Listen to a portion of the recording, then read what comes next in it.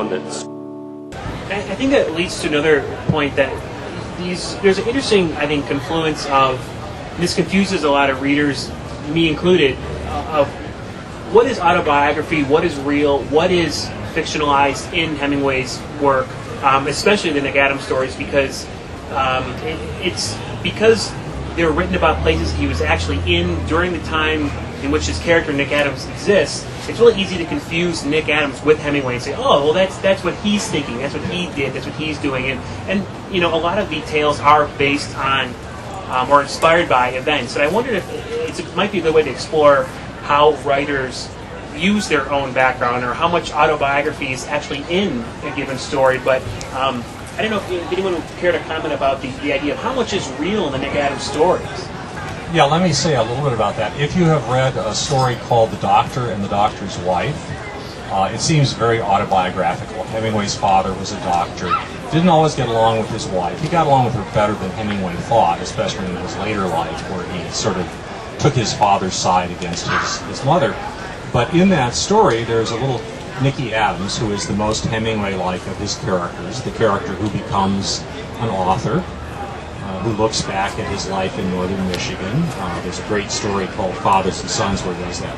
But anyway, back to The Doctor and the Doctor's Wife. Little Nicky Adams is about 7, and there's an argument that happens in that story between Nick's father and Mrs. Adams, and she's in her room with a sick headache, with the lights out. She doesn't want to hear noise, and the doctor is outside having an argument with some Native Americans, and they don't agree with that at all, don't agree with each other. And when you look at that, you say, well, that must be the Hemingways. But when you look at the actual Hemingways and the characters in the story, you discover they're not exactly the same. Dr. Adams is a doctor. Dr. Hemingway is a doctor. Mrs. Adams in the story is a Christian Scientist. Now think of that. I mean, whatever you think about medicine or Christian Science, certainly in a story, you can't get two people with different views of the world that are any further apart than a Christian Scientist and an MD. I mean, can you see that there might be problems in a marriage like that? Well, do you think that Mrs. Hemingway was a Christian Scientist? She wasn't. She was a Congregationalist. She may have been interested in spiritualism, but whatever conflicts existed in Hemingway's family, he raises the ante in the story to make the point a little more clearly. And I think that's what authors tend to do. When I talk to my intro to fiction students, who are all madly typing online an online course, thinking that I'm at home reading what they're, instead of here, thinking I'm at home reading what they're writing this weekend with their deadline at midnight tonight, one of the things I tell them is that stories are good training for understanding real life because the clues are subtle in wonderful fiction, in literary quality fiction, but it's also just a little bit more structured than real life. So the artist takes everything that he or she knows about life, puts it in a story, makes it just a little bit clearer. And I think that's what we see in Hemingway very often. And yet, there's a letter from Dr. Hemingway to Ernest after he reads Doctor and Doctor's Wife saying, I remember that day. I took your little brother and we got out the photo album from the lake, and we saw the picture that was taken that day where we were sawing up the log at the side of the lake. So, Fred is right on, but like any author, I think, or maybe more so than others, Hemingway said you have to write what you know. And so he wrote about what he knew in the way that a painter would act as opposed to the way a photographer would. A photographer has to frame up a scene and shoot the picture. A painter can remove the telephone pole that's in the middle of the picture, or put a different kind of tree on the locale. And that's really what Ernest does. He takes that canvas, that starting point of the canvas is what he actually experienced, and then he adds and subtracts and creates an impressionistic view of what that scene was, or what he thinks would be a better way to have that scene play out. He actually calls it inventing from experience, which gets that mixture that Mike is talking about. Well, we wind up with a lot of issues whenever we're talking about autobiography or autobiographical fiction. Where are the lines? James Fry had a little difficulty with that a while back. But if you want to go back to the beginnings of American autobiography, it's all largely fictional. I mean, if you think you're getting the real Ben Franklin out of Franklin's autobiography, he's in there somewhere. You know, I mean, some of those things happened. Some of them even happened the way he said they did. But if the facts didn't fit what he wanted to accomplish, he went off in some other direction. This happens over and over again, so that the lines are really blurred a lot of times about whether this is fictional or nonfiction. And when we get fiction, of course, if it seems autobiographical, the thing that readers, especially beginning readers, want to do often is say, well, that's the life and that explains everything. You can't argue with this story because it's based on his real life. But of course, as both Mike and Fred have just said, it's only based on the life when the author wants it to be based on the life. And if he needs something else, he makes up a different life. And there you go. And which sort of works along those lines too is that, if I remember correctly, Hemingway's family at many times was, I don't know if outrage is the right word, but they were not happy with what he had written, even fictionalized. Is that correct? It's the story of his first. Well, imagine you're a resorter. You have a cottage up north, and you make resort friends. And anybody who goes north regularly every year, you meet and you make family friends. The Hemingways happen to have family friends called the Dilworths. Good friends. Mrs. Dilworth painted with Mrs. Hemingway. Jim Dilworth, he was the local blacksmith at Horton Bay. Family friends. Ernest often went to their place and stayed free of charge. Mooched off them regularly. Out comes a short story called Up in Michigan. Lead character happens to be named Jim Gilmore. In the original manuscript, you'll see Jim Dilworth written in earnest hand, crossed out. Jim something, crossed out. Jim Dilworth, crossed out. Jim Gilmore, the character that emerges, happens to exactly match the appearance of the family friend. He was a blacksmith. He was in Horton Bay.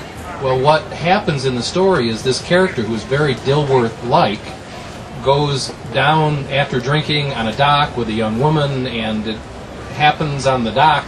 And the Hemingway family read that and said, oh my God, these are our family friends. Now, they weren't talking to Ernest Hemingway, Nobel laureate author. Ernie, you dummy, what are you doing? And his sister in particular, his older sister Marceline, will take him to task on that. How could you do this to these people who are our friends? It wasn't about literature at that point. It was about blasphemy, almost, in terms of friends of the family.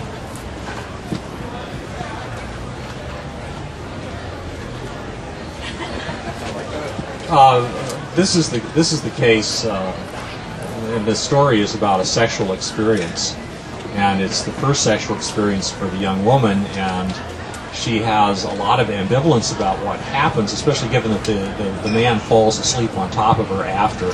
Not the most romantic happening, but of course, since we don't have access to the personal lives of the Dilworths, we don't know how much truth there is in there, but I have a feeling that Ernest was one of those kids who observed, and you sort of wonder what he's seeing that's real. Faulkner once said that he was never bored, and it was because he always could tell what people were thinking. And you've been around people like that. They just look at you, and they know what you're thinking because they're so in tune with what you are doing, with how you are looking, with your expression, and they can tell what's happening. And I have a feeling that there was something in the Dilworth's background that led to that story. That said, he should have changed those names more. He was young, he didn't understand, he was publishing this thing in Paris, and he didn't think that it was necessarily going to be seen around the world either.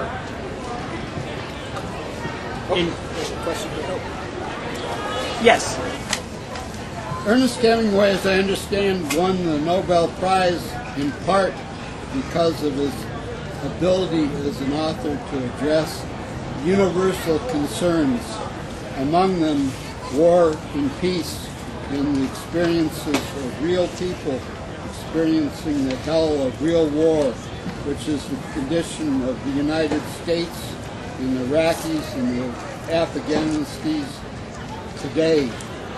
I'd like to know if there were indications in Ernest Hemingway's early short stories of his ability to perceive these universal truths and to take both a microscopic and macroscopic view of these conditions and truths.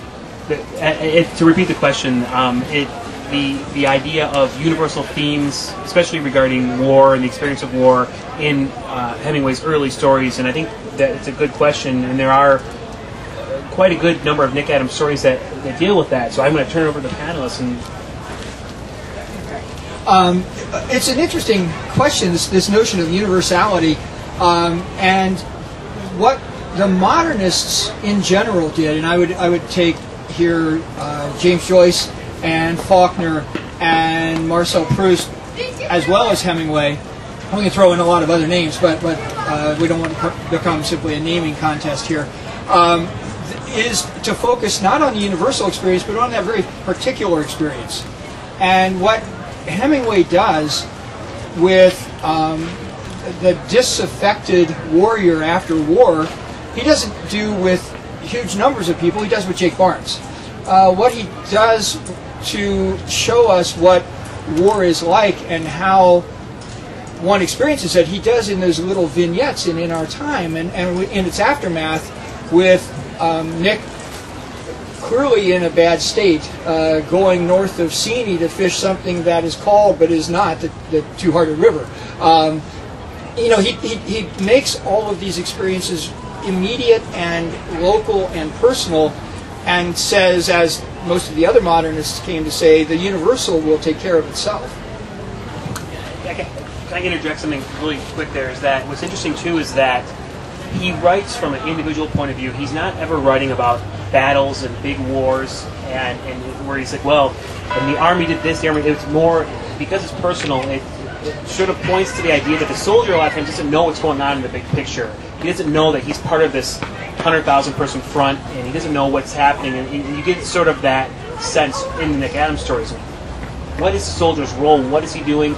Do the sides really matter? Does it really matter what's happening? It's almost like a hopelessness in a sense. And I think one of the things that he does with this kind of individuating of experience that Tom is talking about is that he gives us an access to that. I mean, there is a sort of an access to the experience of war that you get from a history book. And Hemingway was a great reader of history. If you've read A Farewell to Arms, written about experiences that Hemingway didn't have on a front that he didn't experience, happening about a year before he was in Italy. It's the world's greatest research paper, unless, of course, The Red Badge of Courage is the world's greatest research paper, talking about things that happened decades before Stephen Crane existed. But what Hemingway does is to give us those individual experiences, and then as skilled readers of modern fiction, we know that modernists basically give us not a short story, not a novel. In fact, when Hemingway sent out his first short stories, they were sent back. And people said, the editors said, these are not short stories, these are sketches. And what I tell my students is that what Hemingway does often, what the modernists do often, is not to give us a short story, they give us a short story kit. And it's a little bit like looking at a rather abstract Picasso, thinking of some of Picasso's paintings of his various lovers. There's an eye over here, and there's an eye over here, and there's a nose here, and there's a mouth over here. And you look at it and you say, oh, it's a beautiful woman, but it's just squiggles on a page. It isn't really a portrait. I mean, Picasso could paint like an old master if he wanted to, but he didn't care to do that. And I think Hemingway is doing the same thing. He's giving us a short story kit, and we supply the connections. And I think that act of having to engage with the story, having to be an active reader, gives us, if we can do it, a much more intense experience than, say, an O. Henry story, where everything is there, everything is wonderful, there's a little change happening in the story at the end that we can appreciate, but there's nothing for us to do except just read.